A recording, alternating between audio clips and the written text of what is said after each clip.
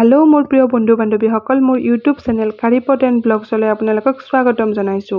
বনাব লৈছো নিৰামিষ ইলিশ মাছ ভাজি। গতিকে ভিডিওটো শেষলৈকে চাব বুলি আশা কৰিলো। ভিডিওটো চাই যদি ভাল লাগে লাইক কৰিব, চেনেলটো সাবস্ক্ৰাইব কৰিব আৰু কাষত থকা বেল আইকনটো প্ৰেছ কৰিব যাতে মই নতুন ভিডিও দিলে আপোনালোকে নটিফিকেশন পায় আৰু ভিডিওবিলাক চাব পাৰে। বলক আজিৰ ভিডিওটো আৰম্ভ কৰো। নিৰামিষ ইলিশ মাছৰ বাবে লৈ লৈছো কেঁচা কল। ইয়াৰ কলাখিৰ পৰা মই 6-7টা মান কল লৈ লৈছো। কলৰ আগডোখৰ আৰু পিছডোখৰ কাটি গোটাকে ধুই মই কুকাৰত বইল হ'ব দি দিম। ইয়াত পানী দি দিছো মই 4-5টা মান মই হুইসেল লগাই দি দিলো। এখিনি এতিয়া হৈ গল, সিজি গৈছে। যেহেতু কলখিনি বহুত বেছি পুৰত নাছিলে মই সেইকাৰণে 4-5টাই দিছো। আপোনালোকে হেতু চাই পেলাই দিব। যদি কলখিনি বেছি পুৰত হয় অকমান কম বেছি কৰিব পাৰে। এতিয়া কলখিনি বাকলি গুছাই লম। এখিনি যিখিনি কলৰ বাকলি আছে আপোনালোকে বাৰু চাটনি বনাই খায়নে? মই কিন্তু চাটনি বনাই খাই খুব বেছি ভাল পাওঁ। আজি পিছে খোৱা নহব যেহেতুকে নিৰামিষ হয়। এয়া গোটেইখিনি এনেকে বাকলি গুছোৱা মোৰ হৈ গল। আপোনালোকে এই ৰেচিপিটো যদি কেতিয়াও ট্ৰাই কৰা নাই এদিন ট্ৰাই কৰি চাব পাৰে আৰু কেনেকুৱা পায় এবাৰ জনাব। মোৰ কিন্তু খুব বেছি ভাল লাগে। তো সেইভাবে ভিডিওটো আপোনালোকৰ লগত শ্বেয়াৰ কৰিলো। গতিকে ভিডিওটো শেষলৈকে চাব। ইয়াত মই সোৱাদ অনুযায়ী নিমখ আৰু হালধি দি দিলো। অকমান জলকীয়াৰ গুড়ি আৰু ধনিয়াৰ গুড়ি দি দিম। আপোনালোকে নিজৰ ইচ্ছা অনুযায়ী মছলা ব্যৱহাৰ কৰিব পাৰে।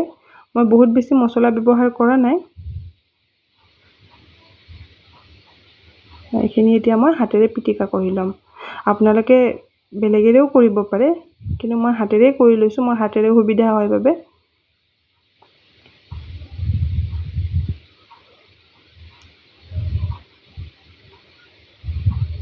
পিটিকা কৰা মোৰ হৈ গল।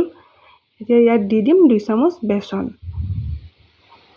বেসনখিনি দি পেলাই অকমান ভালকে সানি ল'ব লাগিব যাতে গোটেইখিনিতে বেসনখিনি লাগি যায়। লাৰু বনাই লৈ লৈছো মই। দুখন হাতে এতিয়া ব্যৱহাৰ কৰিম। প্ৰথমতে মই গুল বনাই লম। তাৰ পাছত হাতত চেপেটা কৰি দি পেলাই পিছ সাইডটো অকমান বহল কৰি আগ সাইডটো অকমান জুঙা কৰি দি দিলো যাতে মাছৰ আকাৰ লৈ লয় আৰু মাজত এটা আঙুলিৰে ফুটা কৰি দিছো। আপোনালোকে আঙুলিৰে নকৰি পাৰে চামুচেৰেও কৰিব পাৰে, চামুচৰ বেক সাইডটোৰে। মোৰ আঙুলিৰে সুবিধা হৈছে কাৰণে মই আঙুলিৰে কৰি দিছো। তে ভালকে চাৰিও সাইডটো টিপি লগাই দি পেলাই এনেকে দেখিছেনে মাছৰ নিচিনা হৈ গৈছে দেখিব।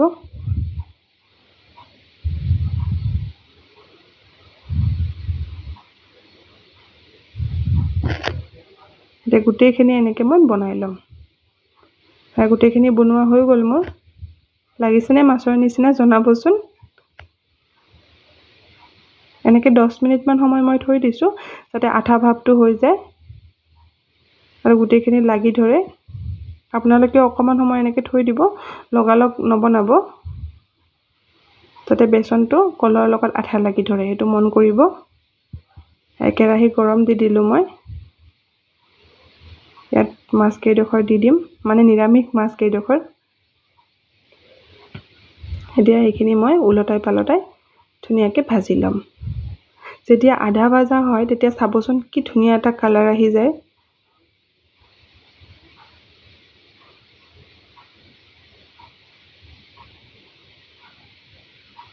এইখিনি এটা কি জানেনে ভাঙি নাযায়। যেতিয়া আপোনালোকে বনাই পেলাই 10 মিনিট মান ৰাখি দিব নহয় একেবাৰে আৰু নাভাঙে। কিন্তু লগে লগে নবনাব। এয়া দেখিছে মোৰ প্ৰায় হৈছেগে। এইখিনি এতিয়া নমাই লম। নমাই লৈ আপোনালোকক দেখাম এতিয়া। এয়া হৈ গল। গতিকে আপোনালোকে এদিন এনেদৰে বনাই খাব বুলি আশা কৰিছো। মোৰ কিন্তু খুব বেছি ভাল লাগে দালিৰ লগত এনেকে খাবলৈ। ভিডিওটো আপোনালোকে শেষলৈকে চোৱাৰ বাবে অশেষ ধন্যবাদ।